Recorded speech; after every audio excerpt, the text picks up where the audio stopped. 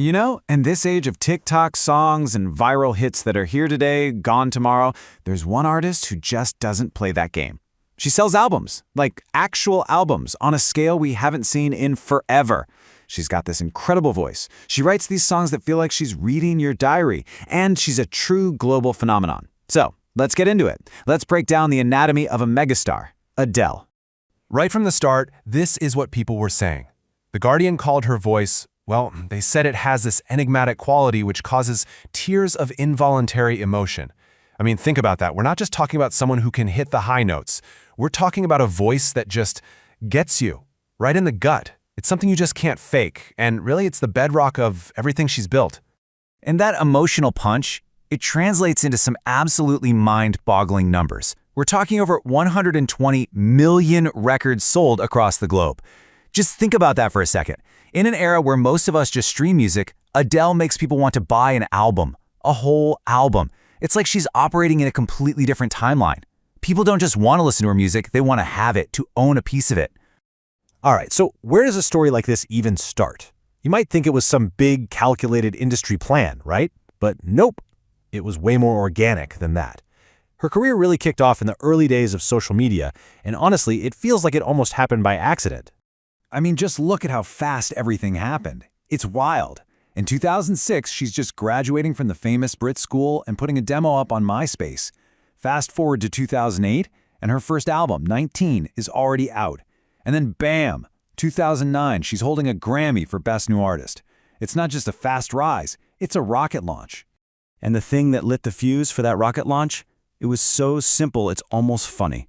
She recorded a 3-song demo for a school project. A friend of hers just threw it up on MySpace. Yeah, MySpace. And that's what did it. That little demo got her a call from a record label, XL Recordings. And get this, she apparently thought it was a prank at first. But the moment that really launched her into the stratosphere in America, it was all about one night. In late 2008, it looked like her album 19 just wasn't going to catch on in the US. But then she lands a spot as the musical guest on Saturday Night Live. She performs, and literally overnight, her album shot up the American charts. It's just the perfect storm, right? The right song, the right show, at the exact right moment. Okay, so if her first album, 19, was the introduction, her second album, 21, was the full-on global conquest. Seriously, this wasn't just another album release. It was a cultural phenomenon, and it was all fueled by pure, raw, unapologetic heartbreak. And when I say phenomenon, I mean it. 21 became the best-selling album of the 21st century. Let me say that again. Of the entire century. We're talking over 31 million copies sold. It just goes to show you she took this deeply personal pain and turned it into something so universal that it became this unstoppable musical force. So what was the secret sauce? It was just brutally honest. The whole album felt like you were reading someone's diary. Adele even said it herself. It was all inspired by a really bad breakup. And that pain, that vulnerability, it was so real that millions and millions of people felt like she was telling their story too. And you couldn't escape the songs from this album. You had this trifecta of absolute smash hits. Rollin' in the Deep, Someone Like You, Set Fire to the Rain. They were all #1 hits all over the world. You couldn't turn on a radio without hearing them. It got so huge that she did something no one had done since the Beatles, having 2 top 5 hits on both the singles and album charts at the same time. I mean, the Beatles, that's the level we're talking about. And it wasn't just a commercial juggernaut. The critics loved it too. At the 2012 Grammys, it was just the Adele show. She was nominated for 6 awards for 21, and she won all 6. A clean sweep, including the big one, Album of the Year. That night pretty much solidified it. 21 wasn't just a bestseller, it was an instant classic. So the big question is, right?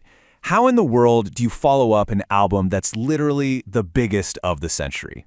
Well, if you're Adele, the answer is pretty simple. You take a few years off, and then you come back and smash even more records. So after a long wait, she comes back in 2015 with her third album, 25. And the world was clearly ready. Just look at these US numbers. The first single, Hello, was the first song ever to sell more than 1 million digital copies in a week. And the album, it sold 3.38 million copies in 1 week. It didn't just break the old record, it completely obliterated it. And this album felt different too. She'd moved on from the heartbreak. She put it perfectly herself, actually. She said if 21 was her breakup record, Then she'd call 25 her makeup record. Not making up with an ex, but making up with herself for all the lost time. But even with all this insane success, she was still so incredibly human. Take her headlining set at the Glastonbury Festival in 2016. It was a huge moment for her. But right before she went on stage in front of this massive crowd, she was apparently crying her eyes out from stage fright. It's just such a great reminder that behind this megastar image, there's a real person who still gets nervous, just like the rest of us. And you can probably guess what happened next, right? The pattern just kept going. She took another break, and then in 2021, she drops her fourth album, 30. And of course, what happens? It becomes the best-selling album of the year worldwide. It just proves that every time she releases music, it's not just an album, it's an event. This isn't luck. It's a real, powerful connection she has with her audience. So, when you take a step back and look at the whole picture, what does it all mean?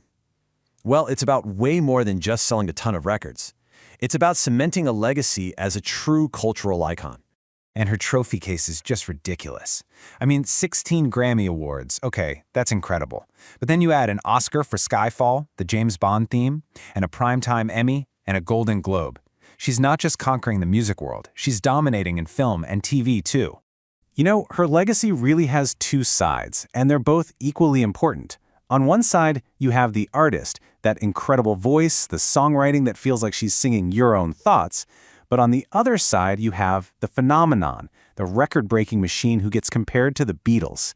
And it's that mix, the intimate artist and the commercial giant, that makes her so special. And at the end of the day, she's become a true British cultural icon. And that's not just about being a famous person from Britain. It's about her whole vibe, that authentic London personality, the way she can be hilarious and self-deprecating one minute and then sing a heartbreaking ballad the next.